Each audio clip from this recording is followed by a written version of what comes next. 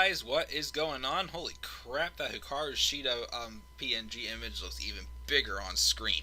I'm going to have to fix that. But what is going on? This is the Club of the Man 1993, and I am here live for my live review of AEW Dynamite from this week's episode, the June 3rd, 2020 edition of Dynamite. Took place once again at Daly's Place in Jacksonville, Florida. Overall, thought it was another good effort by AEW. Another good to great show. A great main event. We had two titles on the line for this show as well, as we had the AEW World Tag Titles on the line for the first time in, gotta say, maybe since Revolution, whenever they defend them in that match of the year candidate against the Young Bucks. And a great main event as Cody Rhodes had his first title defense at the TNT Championship Tournament. We already know who he's going to face next week in Mark Quinn, as long as his knee, is good. We had a great interview with formerly the Revival, now FTR, Cash Wheeler and Dax Harwood. We had that as well. Not a bad match with the women we had as well. We had a segment involving Chris Jericho, Orange Cassidy, and Sammy Guevara saying Judas, which was quite priceless.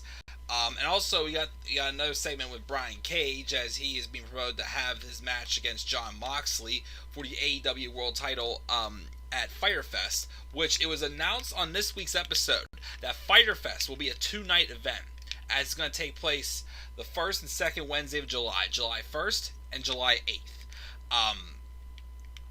So it's going to definitely be, about a couple weeks away till the first night of Fyter Fest, but that's how they're going to do it. They're going to have it 2 weeks in place of Dynamite. So, fine by me. It's going to be like a B-level show, but, maybe it could be even better.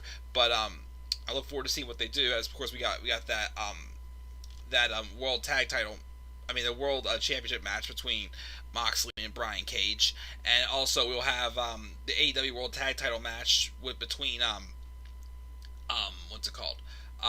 Kenny Omega and Hangman Adam Page and Best Friends, which could be a good match. I don't know what Hikaru Shida is going to be up to, but we'll have to see. And again, as I said before, that this new PNG image I have her looks way too big. Still nothing I can find with her and the women's championship, so we'll have to wait and see, but I will fix that for sure, because that is just way too big. As far as today's episode, again, I thought it was good. What's up, Tyler? Let's talk about this episode for this week. We opened up with that World Tag Title match. Kenny Omega and Hangman Adam Page taking on Jimmy Havoc and Kip Sabian. I thought it was a pretty good match. They're definitely trying to pay a little more attention and build and focus a little bit more on building up Jimmy Havoc and Kip Sabian as a tag team. I see Penelope Ford and Sabian's quarter, of course, as well. I think is a good ballet. I thought the match was pretty good. We had Diamond Frankensteiner and on Hangman caught. Hangman also barely kicked out after Penelope Ford was ejected, but then while Penelope Ford was distracted and the referee trying to get her out, Jimmy Havoc attacked Hangman Adam Page from behind and Omega with a wrench. He, of course, hit it afterwards, but it was not enough to keep the doubt. So we had some Shawn security. I'll go back and forth. A couple good near falls. Eventually, though,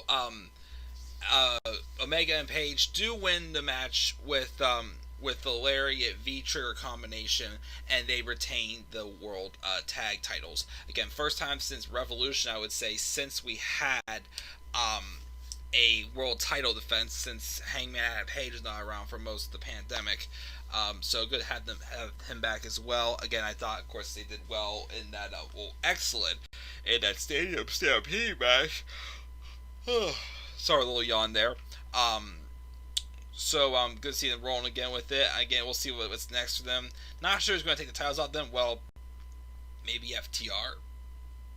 I'd say maybe FTR might be the team to take the tag titles off of Omega and Page. As I'm still seeing them and the Young Bucks maybe at All Out. maybe. I still say save it for All Out. They'll do at Fyter Fest. Will they be able to get to All Out? We'll have to wait and see. But yeah, so good win, a good way to make Havoc and Sabian look strong. I'm definitely starting to dig them a little bit more as a tag team for sure. But yeah, so we had that. We have this segment also where Tully Blanchard was given like a very harsh pep talk, screaming to Shawn Spears that he needs to change something in his heart. Of course, I have agreed because Shawn Spears, I feel like is. Again, I guess I'm still used to seeing, the Ty Dillinger booking for Shawn Spears. As in, I want to see him get more opportunities. And he's gotten some in AEW, but I feel like I want to see him getting something a little bit more serious, other than his feud with Cody Rhodes. And then he kind of was just used to be squashed by Dustin Rhodes at Double or Nothing, which that was a slight bit disappointing. So I'm not sure if this could be a turning point and finally give him some little more of a serious angle to go with. But Blanchard took him into the car, and he says that he thinks he has the missing piece in this little box. He opens it up and it's a single black fingerless glove. I mean, every time I see that a black glove, I'm thinking Seth Rollins because Seth Rollins wears a black glove. So I don't know where they're going with this, but we'll see if it gets Spears rolling as well. Brian Cage squashes Shawn Dean. Then afterwards we have this segment with Tazz talking about how his conversation with Moxley last week. He called out Moxley for having the audacity to snicker and giggle while they were speaking and says this isn't a joke to them. This is serious. He needs to get his head on right or his head is going to get taken off at Fyter Fest. Beat him if you can, survive if he lets you, which I guess that's kind of Cage's tagline. Out came Moxley. Taz tells Moxley to be careful and think about what you're doing before proceeding. Moxley's Mercy's like, I don't think about this, and he gets inside and he gets on a mic and says, this is fun. The reason he was smiling last week and is smiling right now because the thought of stepping into the ring with Brian Cage, intense and aggressive, makes him happy. And that's why he likes his business. Because Moxley likes to have tense and aggressive matches. But to be clear, stepping into the ring with his title on the line is the farthest thing from a game. He tells Cage he's impressive, seemingly indestructible, but Mox is only human and can be beaten, but it'll take all night. Take the AEW title away from him is a different prospect entirely, and Cage will be in over his head. With all due respect though, don't waste your time or Moxley's trying to intimidate him. And remember, just who the hell you're talking about.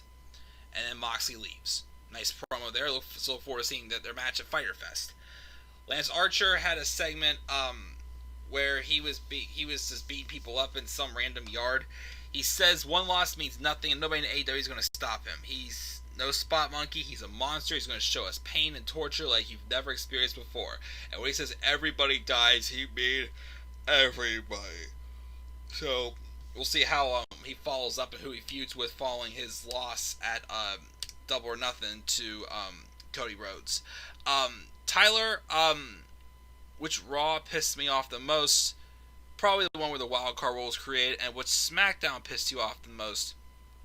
Maybe the first SmackDown on Fox, because that showed what they were really doing with that. I don't know.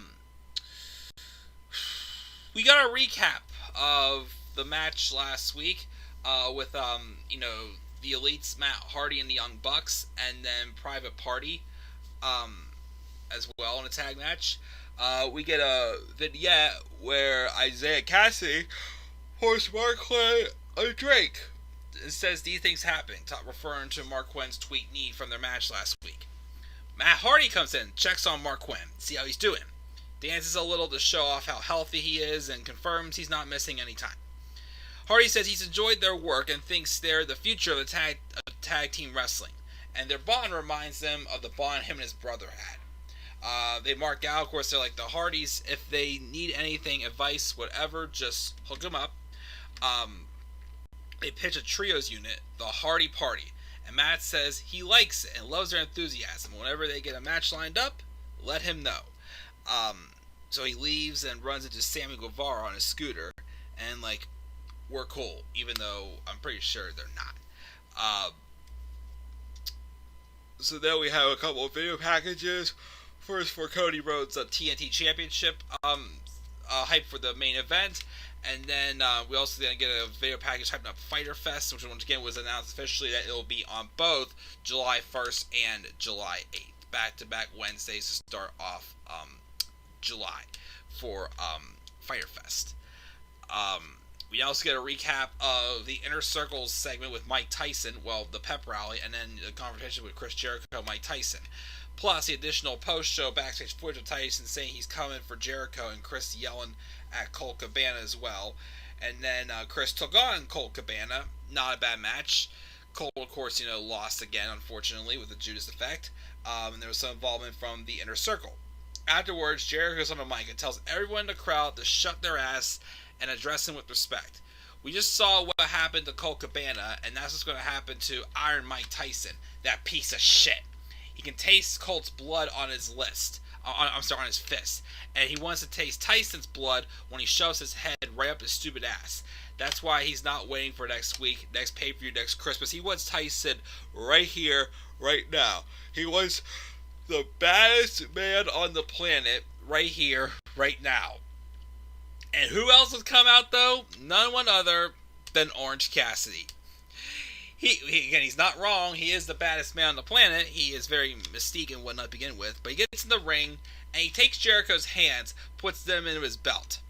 And before putting his own hands in his pockets. But Hager then attacks Cassidy, but Cassidy evades him, goes to best friends in the crowd, just so chill and whatnot. And then Santana and Ortiz join Hager and Jericho in the ring, and best friends would then walk off. So I'm pretty sure at some point we're going to get a match with Orange Cassidy and Chris Jericho. Finally, of course, Jericho. The big match for Jericho now is him and Mike Tyson. Probably maybe save that for All Out. Maybe could be a good match. I'm interested to see what they could do. That's actually a celebrity match I'm looking forward to. We of course then have a women's match. Well, first we get a video package on the road to recovery for Dr. Britt Baker as she's injured with the injury she has, and she's gonna be out till All Out. She works out though in a wheelchair right now. She was there to watch the match between Big Swole and Nyla Rose. Not a bad match. This is Big Swole's first match in 2 months, so they definitely emphasized that. But I think they definitely was showing that they were trying to get a little more serious with Big Swole. It was not enough though, as she followed the former AEW World Champion Nyla Rose with the Beast Bomb. Afterwards, though, she's interviewed, and Swole says that those 2 months off recentered her, and the fans are behind her. But then Britt was still watching from her wheelchair, and she goes to the barricade and starts jawing at Big Swole, and then Big Swole gets the chair, but Baker backs off. She's like, no, not doing that to me. I'm hurt, whatnot. I guess we're going to keep Britt Baker around. I think it'll work, for sure, once she gets back into the ring. Again, just don't overexpose her or overdo it. Although AEW probably wouldn't do that. I trust AEW not overdo it with her still, being around despite being injured. But, if it was WWE, they would overdo it and make me sick of her. But, yeah, we'll see where that goes, of course, with Britt, as she's out right now. Darby Allin was interviewed earlier in the trainer's office. He's not cleared to wrestle, and his life has become a joke, but he wants Brian Cage to know he's going to get through he's going to get the last laugh. So Brian Cage, who caused that injury after throwing Darby Allin into ladders at Double or Nothing. So we're probably going to match on live TV at some point between Brian Cage and Darby Allin before their match, before Fyter Fest, I would say we get. And then we had, I love this interview. FTR, Cash Wheeler, and Dax Harwood were interviewed. Of course, formerly The Revival, Dash Wilder, and Scott Dawson. They were asked what does FTR stand for, and they says the way of life, anything they want to be, fear the revolution, follow the rules, whatever they want, and right now it's for the revolution. They asked tag teams they'd like to face: Butcher and the Blade, Private Party, Santana and Ortiz, Lucha Bros, and of course the tag champs Omega and Paige are the ultimate goal. But then of course they're asked about leaving out the Young Bucks. the match we all know we wanted to see between these two teams for a long time. But FTR says, yeah, it's a dream match everybody's waiting for, but to them, it's not a dream match. They've had to sit back and listen to everybody sing the praises of the Young Bucks for years. And they don't want to have the best match in history with them. They want to punch them in the mouth and beat them in 3 seconds. And attack them because they do find out which team was better. They want it to be a fair fight with all 4 men at 100%. So there's no excuse, and everybody has to come apologize for thinking they're not the best. Tony Schiavone is up to leave and says he thought FTR was after the Revival, which gets all censored. But then the Butcher and the Blade, who the FTR had attacked in their debut last week, came down the steps. Basically, they got in their faces, started yelling at each other, and then they're getting in the ring next week for FTR's first match in AEW. Great segment. Again, I definitely have all the faith in forming the Revival now in AEW. I know they're going to be able to do what they want to do. Again, yes, they had runs with the tag titles in WWE, but again, that wasn't enough. They wanted to make tag team wrestling fun and relevant in the company, and WWE just had no intention of booking them seriously at all. Look at the lack of depth right now. Look at, of course, the feud on Raw we're getting between the Viking Raiders and the Street Profits. Just absolutely pitiful, and just no depth in the tag team division. Well, in any division in WWE right now. Well, on the main roster at least. But the Revival, FTR, they're going to definitely get the job done in AEW. I believe in them, and like I said, keep that match between them and the Young Bucks for All Out. Should be pretty awesome. We had Colt Cabana interviewed about his match tonight. He's showing he can hang with the big boys, but the big victories are out of his grasp. Brody Lee rolls up and says, "Don't grow without loss." He tells them we don't grow without losses. What you do is how you respond after you lose, and he can help. His pal gives Cabana a bottle of water. He leaves, and Colt says he doesn't want to be part of that, but drinks their water nonetheless. I'm starting to see a little bit why people definitely aren't really too crazy about Dark Order. Like, okay, Brody Lee lost in a very great match at Double or Nothing, okay, but just like, what is everybody else around him how to benefit from this? I feel like it's still it's like Brody Lee, who we actually do like Brody Lee, but his cronies are a bunch of Singh brothers. It feels like to me, they're nothing to be taken seriously, in my opinion. So we're still recycling the storyline of them constantly trying to get people to be recruited for the Dark Order. I'm just not buying it. I'm starting to really, fade a little bit of interest in this. I'm happy Brody Lee's getting something to do, but as far as what's complimenting it, I'm not too sure. Again, I'm starting to definitely, see, more signs that this is not really going to work long term, I think, for the Dark Order. So we got that. And then we got our main event. Cody Rhodes versus Jungle Boy Jack Perry, which I thought was a pretty awesome match. Of course, some great back and forth action. We had a confrontation in the crowd with like MJF and Jungle Boy, who he had defeated. MJF had defeated him at Double or Nothing. Of course, Cody and MJF have a history together as well. There was a point in the match where Cody had busted himself open, and because of that, it busted him open for sure. As he went to do a headbutt, but he headbutts the concrete retaining wall, and that's what busted him open. But I thought Jungle Boy looked excellent in this match. Again, they're definitely put him up as a great underdog, and as I said last week, this TNT Championship, if Cody's gonna be defending it quite often, I just wanted to feel like how it felt like between John Cena when he had his U.S. title in 2015. Gotta say, this is right where I was looking for. Cody would eventually win the match, though. Again, it has an excellent main event. It was, of course, a sign of respect between Cody and Jungle Boy at the end, and it was announced that next week Cody Rhodes will take on Mark Quinn again in the next defense for the AEW TNT Championship. And with that being said, guys, that's going to do it. Give the show a B+. Like the stuff we got building towards Fyter Fest. Like the stuff with Britt Baker and the wheelchair. I enjoyed the opening match. Main event was definitely match of the night. Stuff with Jericho is good. I'll give this show a B plus. A B plus. Nothing really in the live chat. I'm going to check out here, guys. Thank you for joining live for this live view of Dynamite. I'll try to go live tomorrow for my SmackDown review. Against Sunday, though, I will be live after I get home from my friends for NXT TakeOver in Your House. And we'll do a live review of that. I already did my preview predictions last night, so make sure to check that out as well. And with that, guys, I'm checking out. So until then, guys, I'll see you all later. Have a great rest of your night. If I don't talk to you tomorrow, have a great weekend, everybody. And peace out, everybody.